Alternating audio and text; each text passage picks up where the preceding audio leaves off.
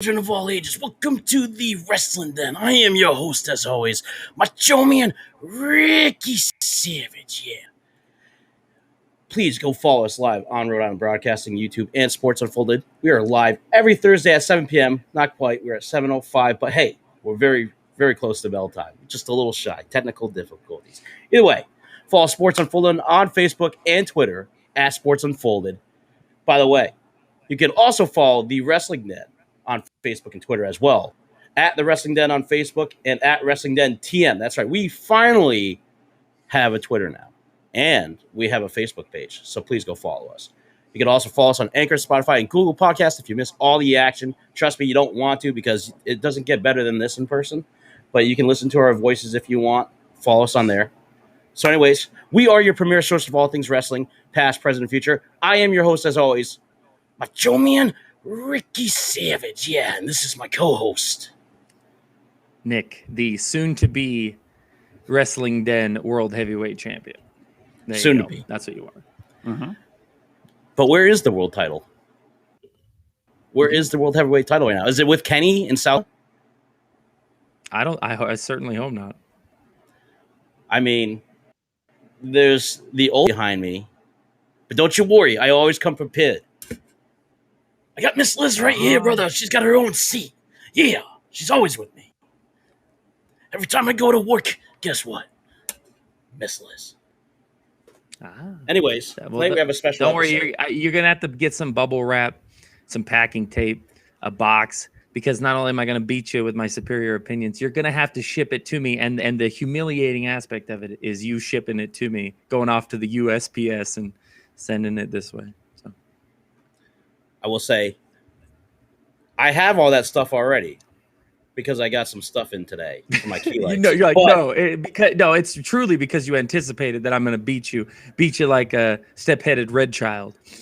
Now, see, I do have all that stuff for you, but the thing is, the problem is, you're not getting the spell. Mm-hmm. You're not. It's just not happening, dude. I've been undefeated. That's because you got like a NWO ref. You got like a Nick Patrick in your back pocket, and he's been over here like, I don't know, rigging the whole thing for you. I won't lie to you, I do have a special guest referee, but stay tuned for next week. Anyways, we have a very special episode for you. As you can see, she's been branded. There's no way, no chance I'm losing this to you, dude. There's no chance. We'll see. We got another 60-minute Iron Man match here, Rick. We'll count the falls. 60-minute slobber knocker, yeah. Let's see it. So despite having a special guest referee in my back pocket for next week, this week we are going old school. We're going back in time to SummerSlam 91. That's right. We're gonna be covering SummerSlam 91, and we're also going to be interviewing a wrestler who embodies old school wrestling in the present. He's one of the most youngest up-and-comers that I've seen in a long time that has the potential and the charisma to carry us all on his backs. He's only 20 years old, ladies and gentlemen, and he's been wrestling for Limitless Wrestling, and he's been all over. This man, the myth, and the future legend is known as Robert Martyr. And if you don't know, and you haven't heard of the Matt Bully, the South City Stretcher, or the Poison Youth, you will know who he is after tonight's podcast. So without further ado, I think we should probably do the interview first. Whoa, is that me? That's me on the Wrestling Den podcast. Welcome. Thank you for joining us. I appreciate you taking some time out. As everybody should know, this man is a very busy man because he's an actual wrestler, and he's going to actually catch a flight tomorrow. Yeah. So we appreciate he doesn't just he doesn't just get on here and talk about it like we do. He actually does it. Yeah, he walks the walk.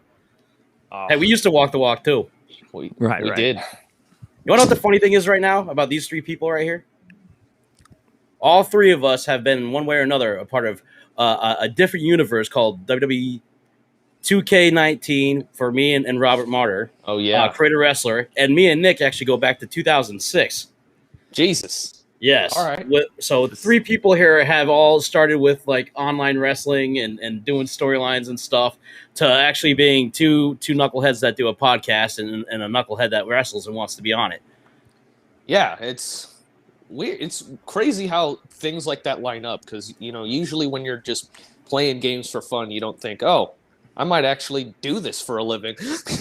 You're just I want to see Tajiri beat Taz's ass on my creative fucking universe. Whoop, there's a swear jar. Oh, but, shit. Swear jar, baby. Yeah, the other thing too, Rick, is like on the opposite side of that, there's Pete and Pyle loves defense. We're playing wrestling video games, and now I own a video game store, and he was playing wrestling games, and now he's a wrestler, and then you're doing a wrestling podcast. Like, so there's a whole thing here. Which, by the way, I've known Martyr for some time now, and what's great about this interview is that I feel comfortable because it's not just talking to some guy and asking him questions. I actually have some previous history with you, and it's cool to me to see how far you've come up in such little time. I actually want to say for the first question of this interview is, when did you get started? The year was 2015, and I was 14 years old. So yes, I got started at 14. And I have been doing this crazy thing ever since. Before that, though, I was a boxer, and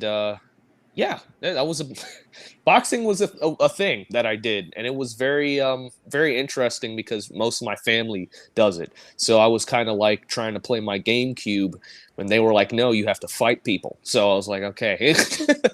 Have you ever like worked your like your movement, your boxing movement, like into your actual matches? Like, have you ever carry that over? Yeah. Go ahead. Go ahead. No. Go ahead. No, I was just saying. I've added it a little bit, but I don't think I've made it my whole spiel. Honestly, for anyone who has seen me wrestle, for boxers they see my footwork and they're like, "Oh, he probably boxed once time before." So, right. Yeah, it's very. I've gotten that from like other people that have seen me wrestle that also have boxing experience. They're like, "Have you ever boxed?" I'm like, "Actually, I did." And like, that makes sense. I watched one of your matches. I was gonna say, is there an interesting like kind of transition between like full on throwing punches and then working punches, like how your brain has to interpret like, oh, I cannot put everything I got into this, and your previous training and your current training would maybe conflict that way. Well, dude, it got so bad that I was just like, I started, because everybody teaches you to punch the turnbuckle, right? I'm like, that's not working. So I literally just used my wall. Like I'll show you right here. This is full concrete. And then you might want to pull your punch a little bit on the full concrete. Yeah, so I just decided, okay, I'm going to punch the wall, and until I just kept recording myself, and I said, until I can punch the wall without my fist bleeding, it looked like a real punch. Then just play some Fortnite before the hand, and then you're all set to go when you're punching that wall. Set. Actually, no. You might actually break the wall down. I'm gonna do the train level from Grand Theft Auto, and then you'll see me really punch the San Andreas one. San Andreas. Yeah. I still haven't beaten it. CJ, right? All we had to do was follow the damn train. CJ. Yeah, that's it. So I was gonna say, I saw one of your matches. I saw where you were like throwing a flurry of punches. Yes. So clearly, like I like that. So as my character, as you know, like the Radical is like a technical brawler type deal. So like when I made my character, that's how I kind of did it. Technician, but has like a kind of like a brawler sense. But talking real life with your matches. I seen that just as an example. So that was to me what kind of had me ask that question, is because I saw you actually kind of like you did like a flurry on him and stuff, and I actually liked that style on you. Like as your style, I kind of like the idea that like when you're mad as Robert Martyr, the Poison Youth, that you see this aggression, and like that's the cool thing about your character. My biggest thing was like, I always resort back to wrestling. That's kind of my rule with my style. I will always resort back to wrestling, whether it's any type of stipulation. I will use wrestling to win, but there comes a time where everybody has their breaking point and they're just like, screw it, I'm done. So that's when I there's that little thing that snaps in my head. I'm like, screw wrestling. I'm gonna punch you in the face, and because wrestling's supposed to be a sport. It's supposed to be a gentleman's agreement between two competitors that we are not going to punch each other. So when that's broken, and it's broken so often that it's almost not even a rule anymore, it's supposed to mean something. So for me, I'm just trying to bring that back to I will always resort to wrestling. Wasn't the concept of taped fists and stuff that was usually reserved for street fights and grudge matches and things like that? It wasn't necessary back in the day. It wasn't supposed to be everyone's hitting each other with closed fists and stuff. That was more so for unsanctioned stuff. Yeah, guys who taped their fists back in the day, people don't remember taped fist matches. Taped fist matches. Which is now a thing now. Yeah, bare knuckle brawling. That's a thing now. But for a long time, because you look back at the Attitude Era, punching was allowed. Punching was very much a thing. So why have a taped fist match when you can just punch in any regular match? Right, do whatever you want. But before, you would see Tully Blanchard and me Fernandez in a taped fist match. They'd have their hands wrapped up, and they just slam at each other. And it's not a wrestling match anymore. It's a fight. Harley races. No, and you're saying, you're trying to bring it back to that basic where it's it's going to be wrestling, pure wrestling, and then if you gotta take it, that boxing background's going to help you out if you have to take it. Yeah, and interesting. When I started high school when I started wrestling, so I was very naive, and I would hear JR on commentary be like, he was a fantastic amateur. Now let's see what he'll do in the pro ranks. And I'm like, okay, so if I do amateur wrestling, I'm just going to go straight to WWE. That's how that works. That's why I got into amateur wrestling, thinking that if I did this, WWE would be like, hey, Kurt Angle, bam, signed. Robert Martyr, signed to the fan. For every amateur wrestler there is in the world, you got to think there's your Shelton Benjamins and your Brock Lesnars and your Kurt Angles, right? And you're like, you're like, oh yeah, that it's that easy, right? Except Kurt's an Olympic gold medalist, and Brock was a three-time national champion or something, three-time All-American, actual science creation from the lab, and then and you just a genetic lunchbox busted down the door to the gym, and you're like, where's my contract? What's up? Where's my yes, WWE 100% wants a 120-pound 14-year-old boy. Why not do it? Dude, anything's possible. I've seen Jungle Boy's partner right there, Marco Stunt. Anything is possible when you have Stunt. Anything is possible. But also, people don't give Stunt credit, man. That dude can sell. Holy fuck, he's great. When you're that small, when you're that small, you got to bring something to the table. So for him, it's the Spike Dudley attitude. He's just I'm there to entertain. Spike Dudley. I was about to which is the Muggsy Bogues. That's funny. Yeah, because I was some guys have to be able to sell their ass off if they don't have the physique and they don't have the size. Yeah, it's you have to be something more, and so you got to be able to get press slammed into the crowd like Spike Dudley. Also, you got your Spud Webbs too, by the way.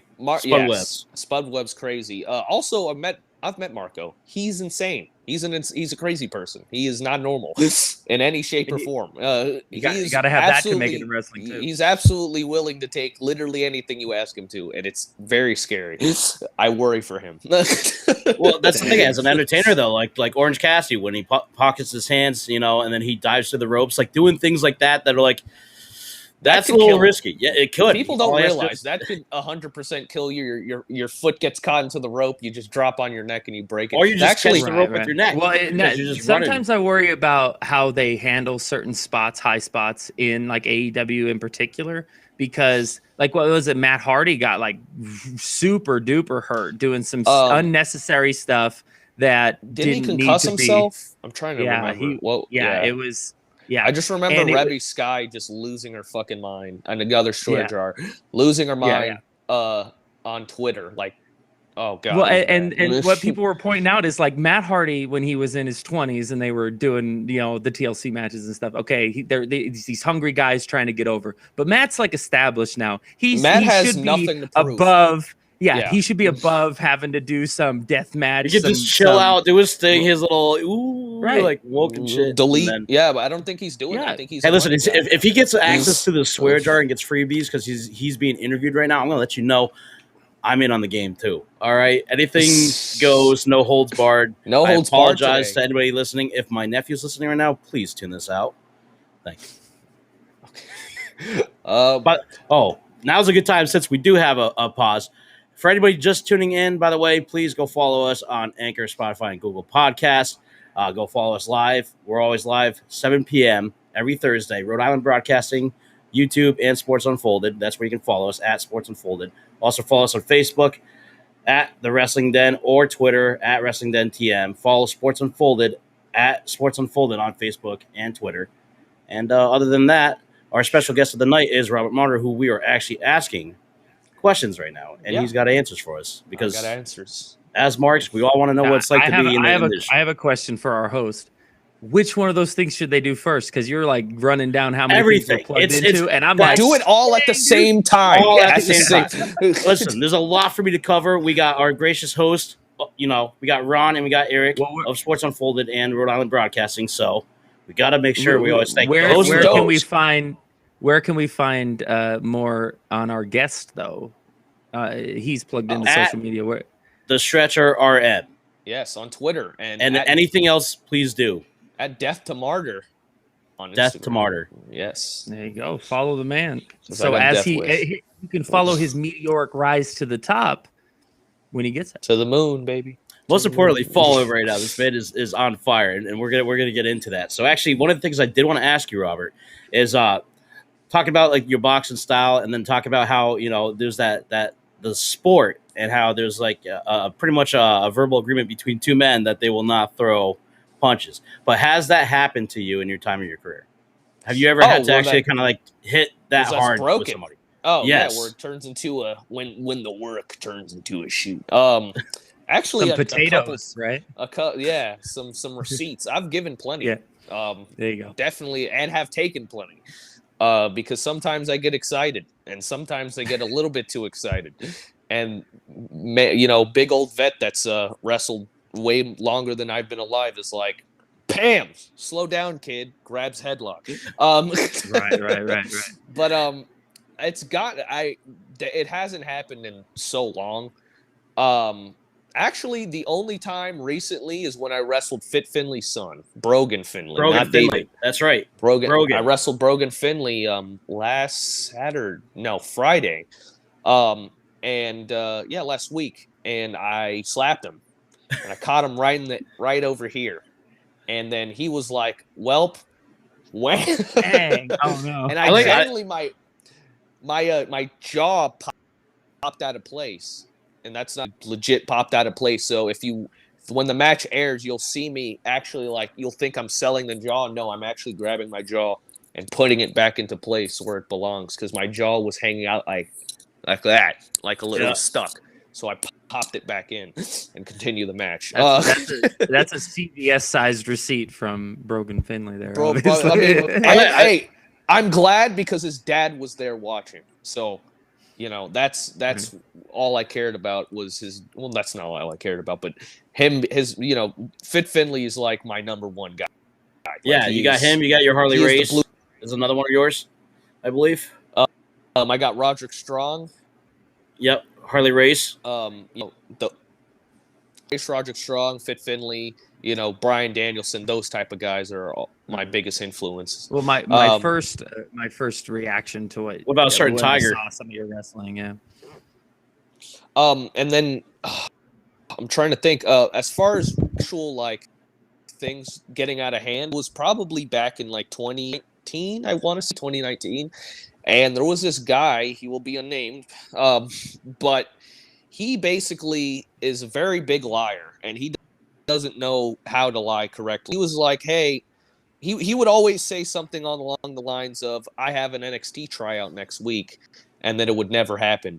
Or he'll say, my dad is getting me to New Japan, because his dad's a wrestler as well. No, he wasn't lying at all, Robert. He was playing the universe mode. He wasn't lying to you. It got misconstrued. He was playing universe mode. Yeah. And it was legit. Like he was like, "Oh, I'm going to wrestle Kota Ibushi next week," and I'm like, Where is this announced? Where are you? What are you talking about?" And then he would constantly. This is his favorite one. He'd constantly say, "I'm going to TNA. I'm going to TNA," and I'm like, "Okay, dude, why are you still here? Go to TNA."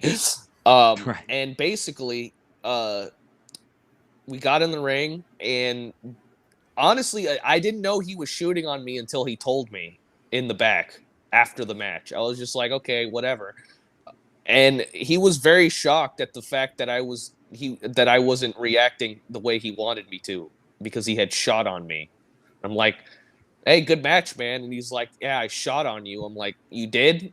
Well, can you try harder next time?" I'm such a And if you know sold it, did he really shoot on you? Like if you're like, if I didn't notice, it's not a shoot. Like Who's It's the not market a now? Yeah, and I'm just like, "Did you really?" And he's like, "Yeah, that's for costing me an NXT tryout." And I'm like, "What are you talking about?" Because there was something that happened with his mental health, and I had told a couple people to make sure he's okay. Apparently, that lost him an NXT tryout. So yeah, that was his reasoning on shooting on me. And then I was like, "Okay, cool, man," and then walked away. And that was really pretty much the extent. I just remember he kicked me in the spine, like he did the snapmare kick spot, and he Yeah. kicked me in the spine as hard as he could, and that's where I knew something was up. So I got up and Wait. for You did Go ahead. it was is this the guy that you German suplexed really, really hard? Like that gnarly looking one? There's a couple. I've German suplex. He was in the promo spot that I made for you. He was the one guy that you German and he's like oversold it. It wasn't that guy, was it? Oh no! That wasn't him. Oh man, that was so brutal German. This was a long. That's what that one is. That's a friend of mine. I did that to a friend of mine. So if he'll German his friends that way, imagine what he'll do to his enemies. Oh yeah, and yeah, I just German the shit. I was like, "You're going up."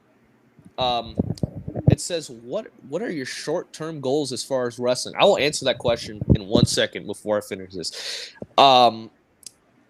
Basically, he kicked me in the back, and I just got up and I punched him, like straight up punched him, and then I grabbed the headlock and we kept wrestling. It sounds like this guy was jealous of you, though. Like honestly, he has that reputation, but yeah, as far as my short-term goals, I definitely want to wrestle outside the country by this year. By this year, I want to be wrestling because I'm getting my passport later this month. Oh wow! Look at that beautiful, sexy, luscious Don't title. look, Rick. Don't get distracted by his posturing. Wait. So when you say, hold on, Rick, hold on. So when you say out of the country, do you mean like what do you think first? Like a Japan thing, a Mexico thing? I'm looking at Mexico. I'm looking at possibly the UK. Japan is I look at Japan as the final boss because a lot of people have gone to Japan not that I know personally, but a lot of people have gone to Japan and they go there and they go to the dojo and they're a week in and they want to leave because it's that bad, it's that hard, and it's that brutal on your body, and they're like, "Oh my God, I wasn't prepared." So if I go to the places that they send the young boys to after they're done with their formal training, then I will be prepared. Are you gonna be a red shoe? Hopefully. Why not? That'd be pretty sick to actually see you be in a red shoe, dude. Yeah, I would totally watch. That'd be sick. But yeah, like I want to go to Mexico. I actually was trained by luchadors, which a lot of people look at me like, "Are you serious?" Yeah, I was. I had none of my trainers had any form of like technical wrestling in them. So I kind of came up with that on my own. But yeah, I don't know if you guys know that, usually guys from Mexico specifically wrestle on the right side. I mean, I know you would know that, but they wrestle on the right side. So when you're locking up, you usually do it with your left. But they're going the opposite. So everything they do, it's like Bizarro World. They work the opposite side. And I'm very comfortable with doing that. But when I walk up to, like, I don't know, a trainee, and I'm like, "Hey, want to lock up on the right side?" And they're like, "Really? Wait, how do you do that?" And I do it. And they're like, "This doesn't feel right at all." It's like you're so used to going the other way that, like, some people can do both. So yeah, Right. I'm ambidextrous as far as wrestling Locking up goes. goes, Yeah, I think what scares them a I lot was is gonna like if say- they go under and they forget, like if they're usually doing it left and they go under to try like maybe like sweep, and then it's Yeah, like you go right, it throws just your whole everything's Right. off. I Was show that- people non like a luchador match. I show people. I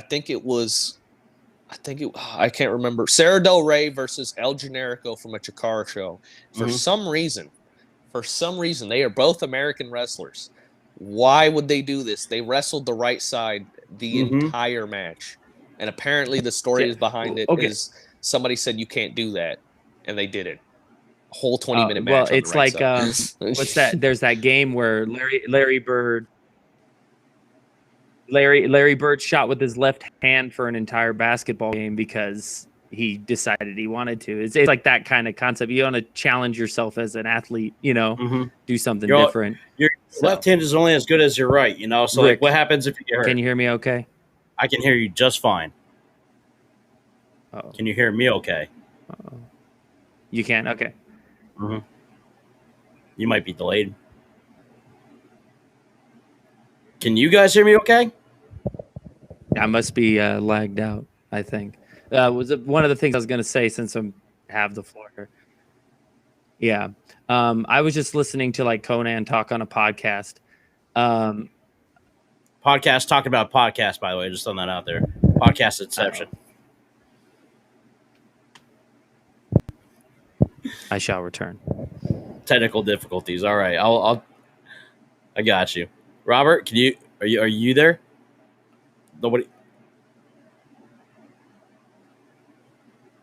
I can't hear you. Can you hear me? I can't hear you. You can hear me though. I can read your lips though. I'm reading lips. That's fine. I got you. All right, now I'm on the correct side of the whole podcast. Dude, I just had a whole sign language thing with Robert Martyr, dude. I was able to read his lips and see what he was saying. That was nuts. All right, I got this. We're good. All right, you can hear me. You can hear me all right as well, Robert. You there? Still all right. I can hear you though. Can you hear me? No, I was just gonna say that I was listening, and I was gonna say this to Robert as well. Like I was listening to Conan talk on his podcast about how most of the time lucha libre wrestlers are known for like the high flying spots and things like that. However, like they have to have a really solid understanding of wrestling technique to be able to pull some of that stuff off safely. Like when you out of the ring and doing all that stuff, there is a lot of technique involved in that. It's really not just throwing your body out of the ring, that kind of thing. I think we need cue cards for Robert. Yeah, I can see him, but I can't hear him. Wait, press your button on your headset again. Maybe I accidentally got tapped.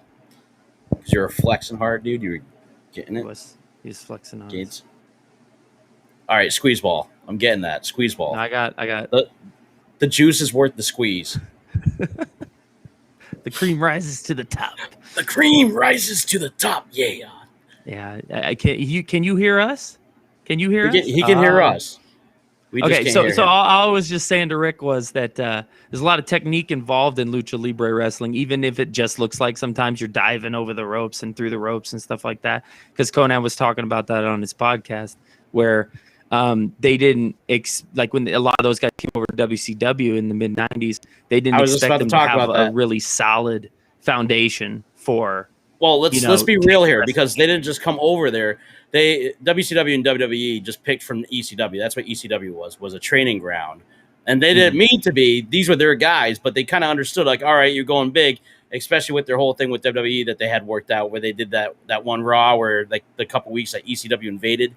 So either way, ECW had these guys, like, first it was like, what, Eddie Guerrero and Dean Malenko, like, were throwing on these 5-star classics in ECW. Obviously, WCW and WWE took notice, but WCW picked them up, and then all of a sudden you got Chris Jericho going over, Rey Mysterio, Juventud, Psychosis. That was another two, Psychosis and Juventud. But basically, the WCW is probably like the one thing that they had going right was the cruiserweight division. And obviously, the conversation at hand is that somebody was overshadowing them, and that's the downfall of WCW. But can they hear me? We can now. Yeah, welcome back. Awesome. Yes. Awesome. That's all we needed. Back to the man with the plan. I was gonna say to our point there about like a lot of technique being involved in lucha libre. Yeah, like you're saying, like you got your own flavor on what you're doing in the ring, but you were taught by some lucha libre guys, some of the basics and stuff like that. So, which can actually make a huge difference in the arsenal that you have. No, it's ceiling fan. Ceiling fan guy. I will say this while Robert's fixing this is as a South City stretcher, as he likes to call himself. If you watch how he moves and how he pretty much he sweeps and just his wrist lock takeovers to his reversals and his counters, you could see some of that fast paced style. Guys like Alex Shelley that I look up to as one of my favorite wrestlers of all time is Alex Shelley. He's one of the newer guys for me, and that's kind of the thing is he's not even new anymore. But that's what he is to me. Is like if you take a modern generation, I would say the 2006, 2007 Ring of Honor guys, those guys, including Daniel Bryan and CM Punk, all those guys kind of are Samoa Joe, Cesaro. All those guys are a class of their own. They all brought these interesting characters because it was more so. It wasn't about a gimmick anymore. Like Macho Man has a gimmick. Hulk Hogan. They still kind of had like their own like little things, but it's more so the sport wrestling. It was kind of what was the gimmick, and what kind of molded to what it is today. Awesome. I think I'm back. You're back. Welcome back. Yes. I was gonna say, Rick, your point being like, do your talking in the ring kind of thing. Like, you not necessarily like those gimmicks, those larger than life gimmicks. You're Savage and you're Hogan and Warrior and stuff like that. That's great, but you still have to be. You can't just rest on your promo alone, kind of thing. You got to be. Now solid in the ring as well as have a good gimmick. So my thing is, I've always wanted to. I know that the typical thing for a technical wrestler, especially still to this day, was you let your actions, in the ring talk for you. But my thing is, I look at the current landscape and I look like fantastic professional wrestlers like Drew Gulak, guys like that are on Simon WWE. Gotch. Yeah, Simon Gotch, who I've trained with who was stretching the hell out of you, by the way. That was pretty. I don't know if you've seen that picture, but it's pretty deep. Talk about wrestling being fake, dude. Watching this guy over here getting stretched into a pretzel. Like he literally had his almost his heels touching the back of his head. That's how Simon Gotch had him, and it's just like you could see on his face. This wasn't just a hey, this doesn't hurt. This was like a oh my god, I gotta hold this. People thought I was smiling. I was actually like holding my breath in pain because I was. A grimace and a smile are not too far off on the spectrum there. But like, I see like guys like Drew Gulak and guys like that, on WWE television, and you realize all of them reach like a limit. And then it's down from there, no matter how good they are, no matter how talented or technically skilled. So my thing is, if a wrestler like, let's say, a Dean Malenko had the personality of a Roddy Piper, I think he would be the greatest wrestler of all time. Why ignore a obviously very important factor of this business to connect with fans, to connect with whoever is watching? Why ignore that? I don't understand the stigma. You can still be incredibly good at your craft and incredibly technically skilled and the best technical wrestler or whatever, and have personality and make me want to watch you. And that's my goal. I don't want to just be the silent technical wrestler. One of the mistakes that they make too in WWE a lot is if you don't have a lot of personality, they think that a really funny dynamic is to point out that you don't have any personality. And so like with Dean Malenko or Steve Blackman, right? They did this thing where it's like, oh, these guys are boring, right? So that's what's funny about them. And then it's kind of a joke. And I'm like, okay, well, now you're detracting from their in-ring work. Instead of giving them a gimmick that works or a storyline that works for them, don't point out to me that they're boring if I already had that suspicion. I don't need you to make it any worse. It's very interesting you mentioned that, because they did the same thing with Daniel Bryan when he started. He's like, oh, he's a vegan and he does yoga. No, but only Michael Cole was saying those things, and we all hate Michael Cole. We all hated his opinions, so we were like, that just got Daniel Bryan over more because Michael Cole was such a goon. You know what I mean? Nobody cares what Michael Cole's got to say. So speaking of stuff like that, though, Rick, we were going to do our SummerSlam breakdown stuff. I do have some questions, though. Okay, I just real quick, though, I was just going to say, once we transition to that, is Robert you ever watched SummerSlam 91? Yeah, I have seen it. I've seen the whole thing. So I mean, it'll be hard you could stick with us if you want, and we could run down the match card. You can kind of give us some opinions on that too once no we problem. get there. I can do that. Yeah. I know that Go you ahead. said Mr. Perfect versus Bret Hart. That one sticks out the most to you. So Yeah. that's gonna be interesting too, because it's actually one of the good. What's my opinion of Pat McAfee? He can go, and I'm gonna say this right now. He can Oh go my fuck gosh. himself. All right, well, look. We only got 20 more minutes. Let's not get on McAfee now, okay? All right, Please, yes. All right. So, Robert, I want to ask you real quick. So, is it true that you wrestled with Elijah Burke? Yes, he was actually what I consider my first match because I had wrestled at 15. I had my first real match in front of people at 15, but I was really only doing jobs. And they're matches, but it's not a match. It's just you sell and you die, and then that's it. But my first real match, what was in fact against Elijah Burke, because I had went to a Dean Malenko seminar in Miami, Florida, and I was selected to wrestle. And Were you able to show off your arsenal with him? Like, were you able to do yeah, special? No, well, I was in a mask then. I was. Oh, your other character. I was like what 16. What was his name? Pegasus Dark, because I wanted to be the Wild Pegasus's son, Mr. Benoit's son. I knew like the bastard son, or like I don't know. I just knew my trainer Ricardo Rodriguez. Yes, the same dude who announced Alberto Del Rio. He's my trainer. I do remember you talking about that. I totally forgot about it. So it's funny. Underrated. People don't know he was a fantastic luchador in Mexico. Like crazy. He's trained with Super Crazy, trained with Ricky Marvin. He's wrestled Mystico. He's wrestled all these guys. So he's fucking great. Swear jar. But basically, at least he's aware of it. Yeah. Basically, trying to think. Just to get through this quickly. I was the punk rock luchador, the heavy metal honcho to Pegasus Dark, and he gave me arm drags. I think I did a Hurricane Rana to him, and then that was it. But yeah, that was the highlight. I bet. Yeah, though. You're like, but still, like how many people like say now? Getting my shit in. I give a Hurricane Rana to Elijah Burke. You know? Yeah, it was great. He's awesome. I love Elijah. I don't think anybody's really gonna get so that's the thing. A high profile guy, like when you first start out wrestling, you'd be lucky if you could even pull off the arm drag on him, you know? Because absolutely. Right. He gave me the world. It was ridiculous, and we wrestled for 10 minutes.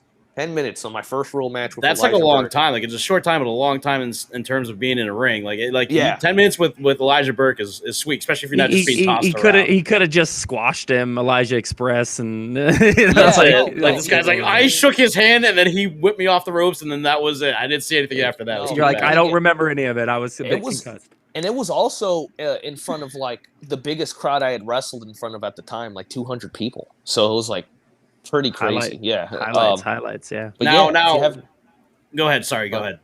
I was just saying, if you had any more questions, we'll run through them. If you. All right. So then okay. So you wrestled Elijah Burke, who today right now. So I will announce two things coming up for you. But today, as of today, for the people that you've wrestled, who is the most known wrestler that you have faced? That I have faced. Man, that's a hard. Besides Elijah Burke, I guess. I've wrestled Danny Burch from NXT. I've wrestled him. That's a good question.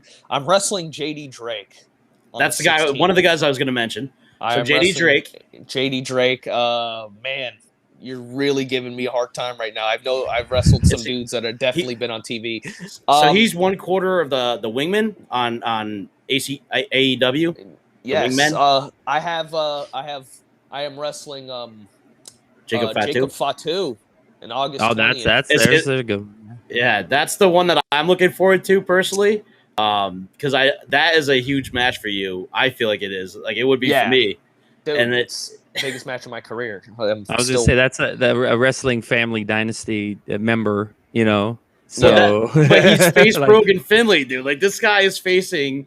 Like people that are in wrestling dynasties, and then that's it is a hard question to ask you because when you're facing guys like Brogan Finley and you're facing Jacob Fatu, you got two guys right there who are part of a wrestling lineage that you get to go one-on-one with.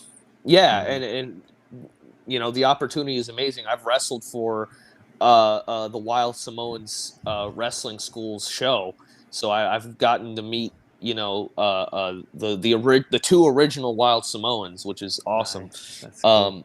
And yeah, it's a I've been I can't Alpha. I've been to Alpha's house many times. Nice. That's So cool. yeah, it's That's a He's privilege got- right there. That's an honor. it's so weird because you walk into his house and it has so much memorabilia of him and Hulk Hogan and him and Ric Flair just chilling. And I'm like, There you go. You're like, I know a guy who knows a guy, right? Like, You're feeling like a Yeah. fanboy at that point when you're in his Yeah, house. you're Like, just you're not like, like, really like, oh my god, I dude, pretty my much boots are met here. Ric Flair at Office House. he has Gary Albright's boots in his house somewhere. Well, In that's his- awesome. That's insane. Dude's just got him like chilling in like a spare closet, like in a box. Dude, He doesn't even care. It's ridiculous. It's like, oh, this is Gary Albright's boots that he wore in the UWFI in 1995. Like, what the fuck? Are you serious? And it's like, those are his. It's great. All right, so Rick, Yes. any more questions? You wanna jump into SummerSlam here and kind of go over your initial thoughts? Like again, I watched it a couple weeks ago. You just watched it recently, so you want to I jump want in? to say we might as well just jump into it, dive into it now because there's actually the first match. I don't even remember it happening, honestly. Coco Beware. I don't remember that match. It's Probably a pre-show. It's a dark match. It's a dark match. yeah. I had heard about it. Listen, for $4.99, if I paid $4.99 a month on Peacock, I deserve to see that damn dark match. Okay, I don't want to go on YouTube scouring YouTube's confines to find Coco Beware wins via pinfall, and nobody even saw it. Right. Yeah, I don't know if No. you guys know, but WWE has like a website, like a secret website called the WWE database, and like the network only has, I think, like not even a quarter Because I of type that it in right now. Yeah, it's Oh, wow. insane. But what's So the next it's- match? Since we can't really comment on a dark All match right. that we have never seen. This was so what started off for me. What I saw was a 6-man tag team match. It had the Mhm. British Bulldog, Ricky Steamboat Dragon, the Texas Tornado, which is Power and Glory, and the Warlord. I forgot who went over in that match. Who went over? The the faces faces. did. The It was faces. Ricky and them, yeah. And what cracks me up too about that match is like it's kind of a hodgepodge of faces, like Yeah. Bulldog, Ricky, and then But they had so Terry much Von Erich, chemistry. The faces had so much chemistry because of the guys Yeah. in that match. well, all fan favorites though too, like really hardcore fan favorite guys. So Everybody was cheering them. I think Yeah. the MVP of that match to me was Texas Tornado. He had a lot of good spots in that match. I don't Yeah. think people remember. But dude, Ricky being Ricky is just so fun to watch. Ricky Steamboat being Ricky Steamboat. He was kind of like okay, so when you say hot tag, he's going to be the one who's getting his ass beat, and then he's tagging out. So he was doing a lot of that. Like he was kind of like carrying the momentum, but he was the guy that was like, man, because that was kind of part of his character was like for the fans to get him over was like he was the underdog. So like to get British Bulldog in to be the hot tag, Ricky was the one that was building that basis for British Bulldog. Once he came in, the crowd was like, oh my god, and they're cheering. Rick, something I noticed on the heel side on that match too is like Hercules Hernandez and Paul Roma and then the Warlord. And so like what gets me about it is like Hercules Hernandez, I watched a lot of stuff from like the late 80s with him, and he's like really jacked. WrestleMania 3, and he's up against what's that guy's name from Portland? Billy Jack Haynes, right? Billy and so he Jack looks really Haynes. jacked. Yeah, and so later on in this SummerSlam 91, he's a little bit older and he's got more of like his hair's longer. And I'm staring at him in this match for a while, and I'm like, who the heck is that? I was like, he looks so familiar. I was like, oh, it's Hercules. It like took me like 4 or 5 minutes in to realize who it was. And I'm just like, oh, he obviously filled out a little bit and then he had longer hair. So it kind of cracked me up that he looks so much different then than he did previously. Yeah. It's like that Triple H when he came back and he was fat. Like it was just like, it's like you see 2005 Triple H, my favorite. My Oh, yeah, favorite dude. H. It's crazy as he was having his best matches. No, even and more he looked- recently too. Like his recent match, like when he did like 2013 Triple H, dude, where he was just like looking like Flair, dude, just all blown out. He's Oh, chubby yeah. in his tights. He's Whatever. fitting into the same tights. If he's still got it, he's still got it. I mean, That's the thing about wrestling, and even looking back at like the old school aspect, like I'm like watching. I can't wait to talk about this guy, dude. But like just seeing some of the bodies in there, like you didn't have to be ripped, like for Vince to like that's his thing, that's his ideal guy. They were on top, yes, but you also had guys that he liked that were like, if it was Earthquake about and size. Typhoon. Oh, I love those dudes. And they found two guys, tagged them together that had the same exact body type. And that's such a rare body type, like Earthquake and Typhoon. It cracks me up that both of those guys look like potatoes. And then you put them out there, and it, like John Tenta will kill you. That's my favorite inside joke. I was listening to Bruce Pritchard about John Tenta as well, and he's like, John Tenta looks like he's 45, but he's like 27 in those matches. He was like 27. It's super young, but he just looks like an old man. Master. Now, Rick, you were talking about, just to move to the next match real quick. Yes. Obviously the Brett versus Mr. Perfect. Like, something I just recently found out about that is in the summer, in '91, at the beginning of the summer, Mr. Perfect gets hurt. Yeah, like he hurts his back. He was actually. I was going to say that before you mentioned it. That he was very, very, very hurt, and he was planning on retiring. After that match. So in Brett's mind, that was his retirement match, which is why Brett went over. The original plans, which I found out is Perfect was actually going to go over and retain. Are you talking about when he hurt his sternum on the guardrail? I'm pretty sure that's what we're talking about. Like he flew off the apron into the guardrail, like hit his sternum, and he thought that was it. Like that was the one. Yeah, it might have been that and a collection of different things. Too, I just know he was wrestling hurt for a long time. That's what I know. And I'll tell you what about professionalism. If you watch that match, he like you have to meet Brett with his intensity, and physicality, and he did move for like he's engaged in that whole match. He's not protecting himself, as you would if you were really injured like that. And that just speaks to his professionalism, that he gave Brett everything he had because he knew he needed to go over. What's pretty impressive, and what people don't notice when they watch this match is how much Perfect is actually bumping for Brett. You watch it and you realize, and when you know the backstory, you realize that he is probably in excruciating pain because he has not, he is not, rehabbed. He hasn't gotten the surgery, and he's bumping his ass off for Bret Hart, and it was a great match. One of my favorites. I always love the dynamic of Perfect comes out and his hair's slicked back, right, and his outfit is on point, and then by the time Perfect leaves the ring, he's like disheveled. His hair's messed up. Bret had ripped his singlet. Oh yeah, that's an iconic shot too. Yeah, he looks far from perfect by the time it's over, dude. He looks busted. He looks fucked up. Yeah. Jar. yeah. No, and that again just speaks to exactly what you're saying. He gave Bret everything he had, and left without his clothes, even, just to beat him out of his socks. So, I mean, what more is there to say about that Intercontinental title match that hasn't been said? So, I mean, next match. Yeah, but I don't even think Mr. Perfect tapped. I think it was like a Montreal screw job, dude. I remember like he put him in the submission, and then that was it. They called the bell. No, dude, you saw his head. He was like, yeah. He was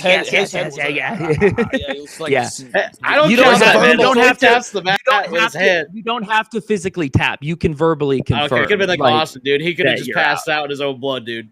Yeah. Nah. Okay, as soon as Bret got the sharpshooter locked, it was over. Ref rang the bell. It was over. It. So. But what's the next match?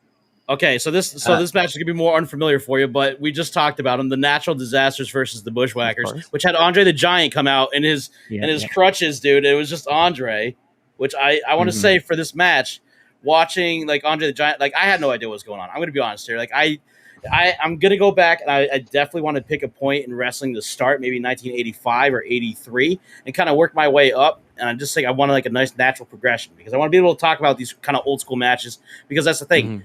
Wrestling for me was more so WCW and then WWF attitude. So it's like I kind of missed these highlights in career. So this was a fun thing to do, is go back and watch these matches. Because like I know these guys, but did I really watch these guys? No, I didn't. So when I watched this for the first time, this was new for me. So no context. The Bushwhackers come out and they're doing their thing, and the crowd's getting into it. They're getting hammered, dude. And it's like the Natural Disasters come out and everybody's booing, dude. You got Jimmy Hart out there, which, by the way, 95% of the content was like, I watched the first hour, it was like all wrestling. And then it's like all these guys that had already done their matches, they would just go back and ask them like, "Oh, how you doing now?" And it's like every single character got more screen time in the back after doing their matches, and then it's just like, this is '90s for you, man. This is how they conducted things. They do interviews with the guys that had already had their matches. And how'd you feel about that? It's like, well, if Tugboat ever comes out there again with me, like the Earthquake and Typhoon dude.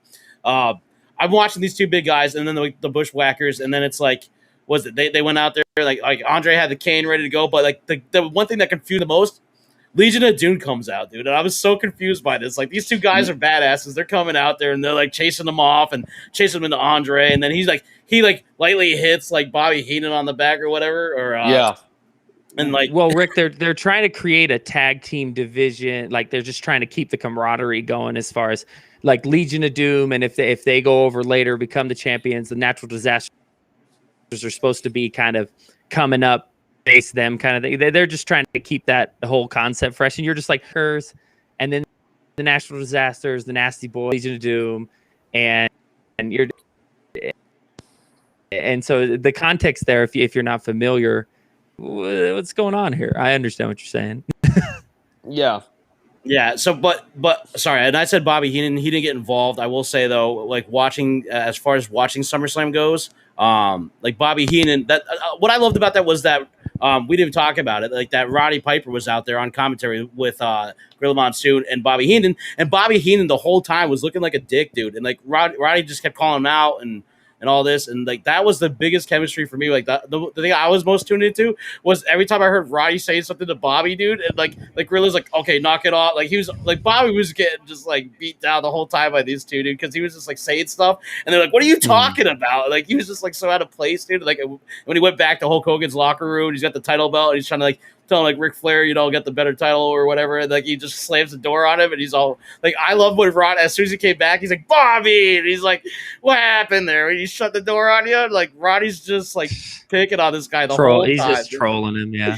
And it was great, dude. But that was my interesting. Rick, interesting fact about that Andre the Giant appearance too. I think that's from what I heard, that's the last North American appearance on like a W. From him. Yeah, it was this last WWF appearance on the U.S. soil, which is pretty crazy.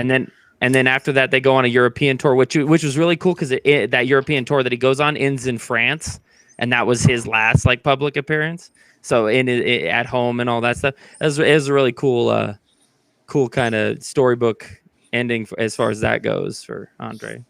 And unfortunately for him, being like that was the big thing, was he show up in the promo with the Bushwhackers, comes out with them, and unfortunately for that Natural Disaster of a match, they're the ones who had to pick it up with a pinfall.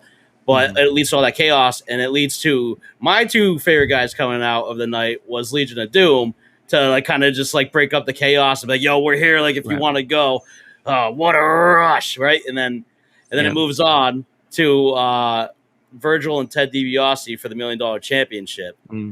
What a match! What a match! I love this match. I liked Roddy's like getting behind Virgil the whole time. He's like, Virgil, you gotta get up. Yeah, dude, Roddy is like Virgil's biggest fan in the building. If we look at, he's about to make a really solid point too.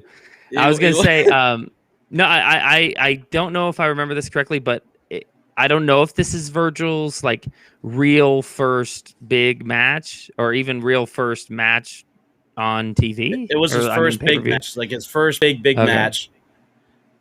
You were saying, Robert, though? Yeah.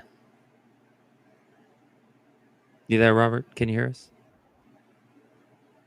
Oh, I see him. Now I see him. I can't hear him. Or he can't hear us. He'll be back. It had Sensational Sherry, and he's not really missing much with the Virgil match, but he had Sensational Sherry as the manager, and she's dressed up in this whatever the hell that prom queen outfit was. And I remember like the match itself was like Ted DiBiase using the classic heel tactics, and Sensational Sherry, like, every time something bad would happen for him, like she would like start screaming, and then like she got involved and she hit like Virgil with like a purse or whatever. I thought it was like the title. Please introduce your special guest. Oh, this got distracted by the dog. This is Milo. Hello. Say hi, Milo. Who is also a meme, by the way. Yes, he is a very big meme. It's a very rare appearance. by Milo himself. Yawn, All right, keep big going, yawn. guys. Right. I well, like the Milo was reacting to Virgil versus Ted DiBiase. You know, It's like, Which Hey, honestly, that match wasn't that bad. It wasn't. Keep in mind that is the peak of Virgil's career. That match That's is the it. peak That's of his the one. career. That's the biggest. That's it. For Virgil, that night was a Mick Foley night for him. Okay, so it was actually kind of a cool. Like I was into the match. I was like, okay, so because I knew like with Virgil and I never saw this match before. Like I'm telling you, like this is the first time I watched it. So like for me, it was like, oh, is this the moment? Because all I knew about Virgil was that he was always following around Ted DiBiase, doing everything for him and getting paid for it, right? Yeah. And obviously the backlash to that is like, Anyway, right. so The implication. I the understand. implication of What you're it, saying. yes, exactly. Like this man would do anything for cash, and it was It's just, in his bio too. oh, that's terrible sellout bio right there. Anyways, so the biggest thing was Sensational Sherry hits him with the purse, which I thought was the belt at first, but it was a purse, and they commentated on it. And then it's like, oh man, this is just that was the opportunity that he had for the $1 Million Championship. Lost it because of DQ, and then they kicked her out, and then they restarted the match, dude. And it was like this big build up until he like Ted DiBiase exposes the turnbuckle and like goes to slam Virgil in it, and then he slams him into it instead, and he wins. And I was like, oh my god, he won the belt. And then that's when he walked out with the belt. And I was like, well, and anytime they restart a match like that, like the decision's gonna flip like that. The face is going over. or you have something that entirely takes over the entire show for way too long, which is the jailhouse match, which was Monty basically, spoiler alert, losing to Big Boss Man because he tried to use his taser and then it backfired on him and he lost. So they get him into this awkward paddy wagon and take him off. And then the rest of the show, literally the rest of the show, is just shots of Monty being dragged way too long to get into a jail cell. And it ends with like a shitty joke about how he's going to get like, butt fucked in jail. We're gonna another swear in the jar, baby. Whoa, jeez. Yeah, okay. So it's the implication. I understand, and again, it's good stuff from a couple of big dudes. I mean, but it was really just solidifying that they got tired of having these gimmicks. About the vignettes that they do after that, like you're saying, they just show him getting taken away, getting processed. He's getting dragged for like 16 minutes like this, dude, and you just see him every time. He's like, "Please let me go. I'm Canadian." No. Yeah, dude, and it's just so annoying. Every time he popped up, I'm just like, seriously, dude, just get this guy in the damn thing and get it over with. Like, we get it. Right, the big thing was getting him to jail. That's what everybody wanted to see. It was a jailhouse match. That's what everybody wanted to see was him in jail. Once he was there, they dragged that thing out and they milked that teat the whole night long. The vignettes were longer than the match. So next match, Legion of Doom versus the Nasty Boys, which is the one I was waiting for. So I will say, as a fan point perspective, I can see why these guys were over. They were nothing like a classic traditional technician. What was Legion of Doom was they went out there to kick ass. Like that was, and to me, that was the cool thing about watching them is that I was into it as as a fan perspective. I could see why these guys were so over in the 90s and like the 80s. Like they just went out there and like they were just demolishing. And they like when you watch them in action and they're doing like the Tower of Doom, legendary ass beaters. Legendary ass beaters, exactly. The Doomsday Device. Yeah. I was going to say about that match too. I remember distinctly whenever I'd see Legion of Doom like video packages, that particular Doomsday Device is in those packages and then winning the tag titles and stuff. And when they won the tag titles there, Rick, interestingly enough, they became the first team to hold I believe it was the NWA, AWA, and the WWE tag team titles. I think there's one more. I can't quite remember off the top of my head. But it's crazy that the Legion of Doom for like 10, that's like a culmination of a 10-year run of them just being the biggest tag team in wrestling. It was like the original Hardy Boys when they had all these belts, like Edge and Christian, the Dudley Boys and the Hardys, when they had all these titles because they had the WCW belts and all that. So it's like these guys were like the originators though, when it came to like having like gold from different places and being like the first tag team to do it. They like, that's what made them special. So on the next match too, because I mean Legion of Doom's great. I'm sure we'll get into him again if we go like SummerSlam. We didn't even talk about the Nasty Boys. We just talked about how the Nasty Boys got beaten. I don't want to talk about. I don't want to talk about them. I'm just saying you gotta at least mention the name. Like Brutus the Barber Beefcake and the Nasty Boys. Sometimes I just like equate these dudes, and why do I remember this next match being so high up on the card? I thought it was like one of the first matches I watched. Well, they always have to have like a cool down match before the main event before you see Hogan. You got to separate. But no, he wasn't even the main event. we'll get to that. So IRS versus Greg the Hammer Valentine, who, by the way, I told you was the meatloaf of the wrestling industry, but I actually meant he was the Bill Murray. Oh, okay, Bill Murray, got guy it. who's like out of shape and all we got to say about the Hammer and IRS is Greg the Hammer Valentine is simultaneously should have done his taxes. I can't figure out if he's 50 or if he's 25. That's how I feel about Greg the Hammer Valentine. What did they say? They introduced as the figure 4 versus the W4. That's what they said. Oh yeah, I know. Yeah, Bobby the Brain I think says that it's the W4 versus the figure 4. That's a great little line. That was fantastic. But I mean, good match.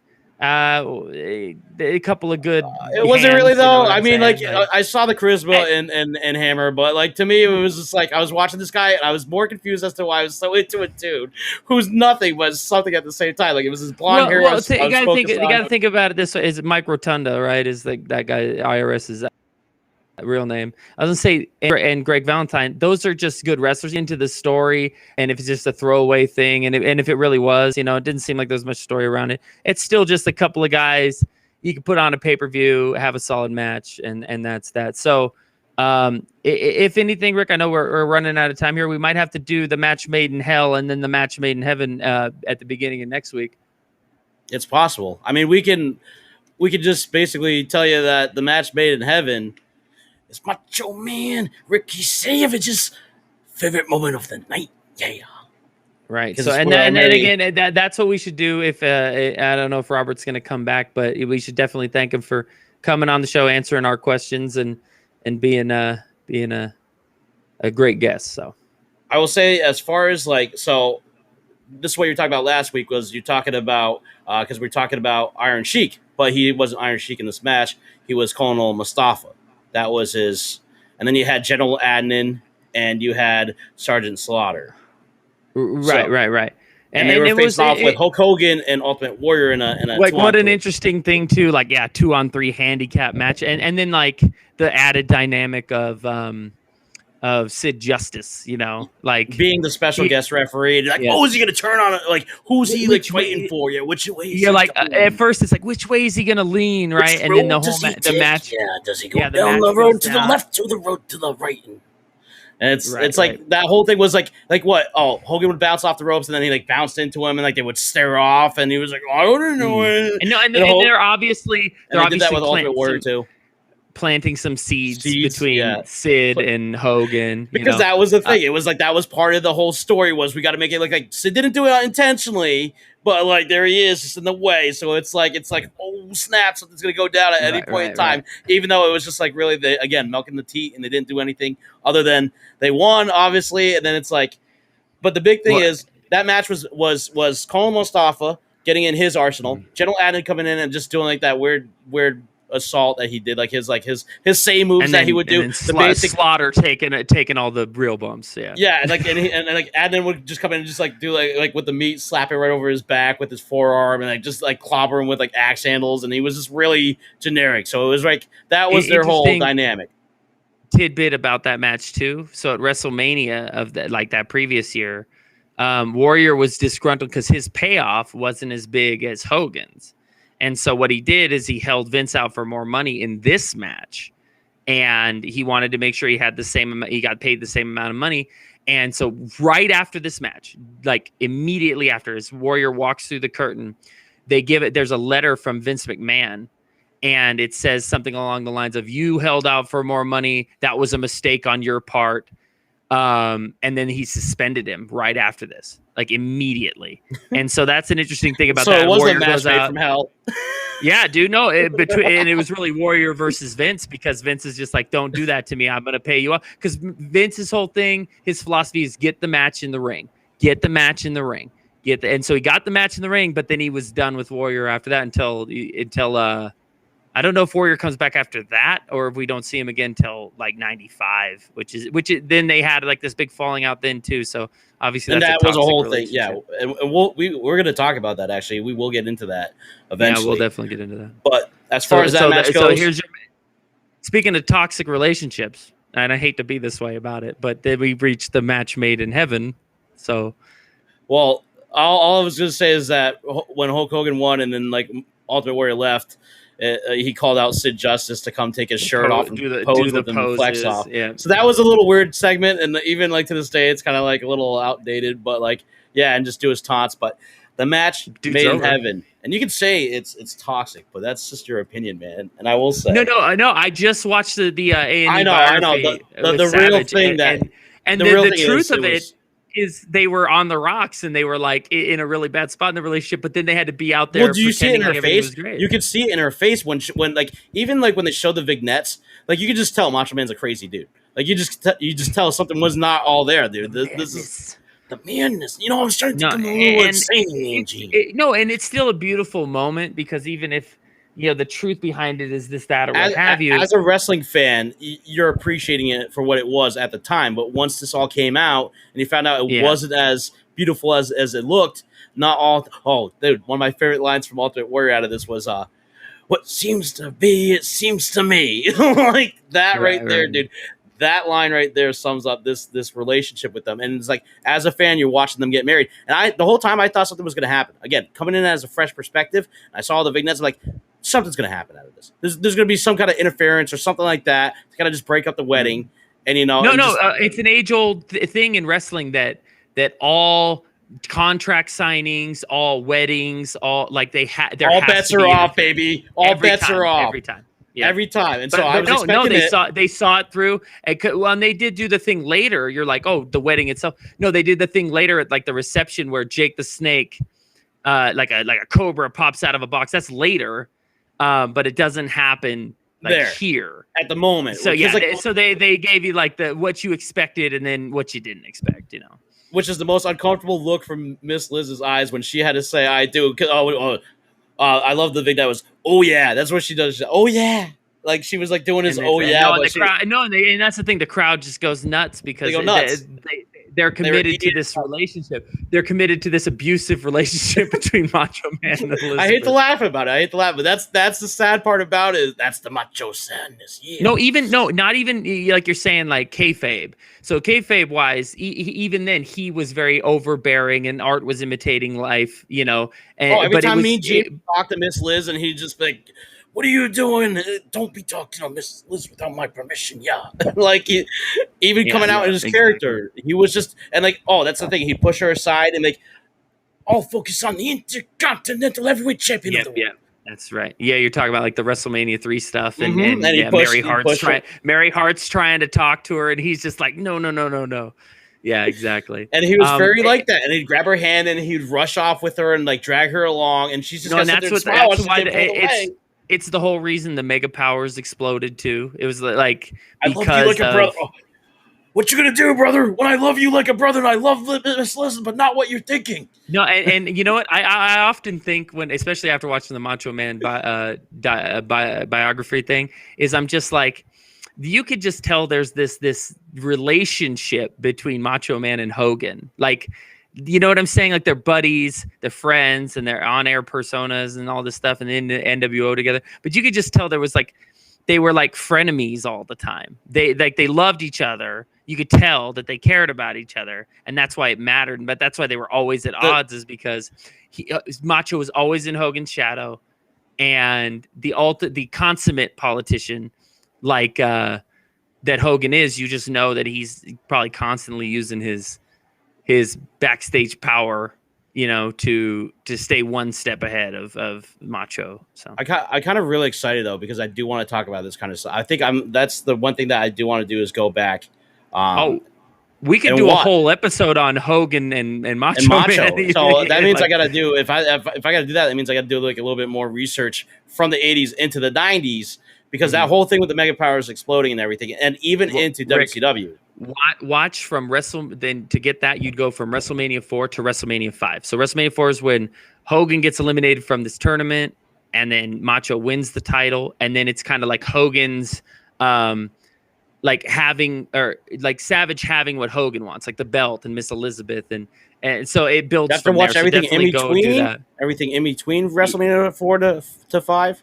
Yeah, because then at first they're the Mega Powers. They're on the same side, and then at SummerSlam they do a match with it's Andre and DiBiase versus. Well, you get all like their. That's where all like their golden promos come from, because it was like, because that's the thing. Hogan would feed off Savage, and Savage would feed off Hogan. Like it was like kind of like that was part of like the relationship of this feud was like Macho Man would say one thing and then Hogan would like try to like one up that thing and like just build off it. But we'll We obviously got to get jump into into that when the time comes. Speaking of that relationship, as a quick wrap, that's eventually what our relationship's going to be like, because you have something I want, which is that title.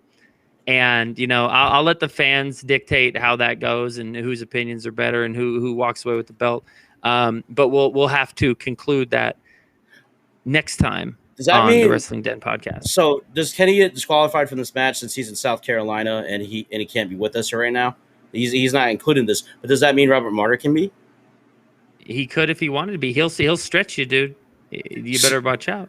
So if you guys want, please go follow the Stretcher RM on Twitter. Death the Martyr on was it Instagram? Go give him a follow. Yeah. Make sure you follow him. He's actually going to be flying out and he's going to be doing some wrestling business. So he's leaving tomorrow. So please go follow him and keep up to date with his tour because he's going to have some exciting matches coming up. His match with JD Drake. And definitely thank him for coming on and talking to us for sure. Yes, we definitely appreciate you, Robert. If you're still listening, thank you for coming on. You're always welcome back. So feel free, if you ever feel like talking wrestling with us, dude, and you got some time, feel free. We're every Thursday, 7 p.m. We're live on Sports Unfolded and Rhode Island Broadcasting. You can go follow us on Google Podcasts, Anchor, and Spotify. You can follow us on @WrestlingDen TM on Twitter. You can follow Sports Unfolded. This is a lot of stuff, dude. I don't know if they're even going to follow the first one. It's a mouthful, dude. It's a couple mouthful, mouthfuls. Dude. Every week, I got to tell you where to go follow us. Just go follow us on the Wrestling Den on Find Facebook. us somewhere. Find us somewhere @Wrestling Den TM, Sports Unfolded. You get it by now. You get it. You know where to find us. We're going to do it every week because that's the thing. Broadcast. That's why we got Ron. Ron, you got the bars there. Don't make me put a mouthful because it's just going to ruin it. He's take it away, feeding baby. You more rope, dude. He's feeding you more rope. I want you guys to do me one solid. If you could do me one solid, go follow us, and then you can find everything just at the Wrestling Den. We're going to create a podcast. Let us know who won this week because this was a very interesting week. Let us know who won. Who's going to be your undefeated, undisputed World Heavyweight Champion? I already know it's me, so just go ahead and pick me. And if you don't worry. I got I think in my back pocket for next week. We always appreciate you guys, the Wrestling Denizen, for tuning in. I'm Macho Man, Ricky Savage, yeah, and this is my co-host, yeah. This is Nick, the number one contender. The number one contender. The Mega Powers are imploding live in front of you right now, and we'll be back next Thursday at 7 p.m. Oh yeah, Miss Liz. Have a good one. We'll see you guys.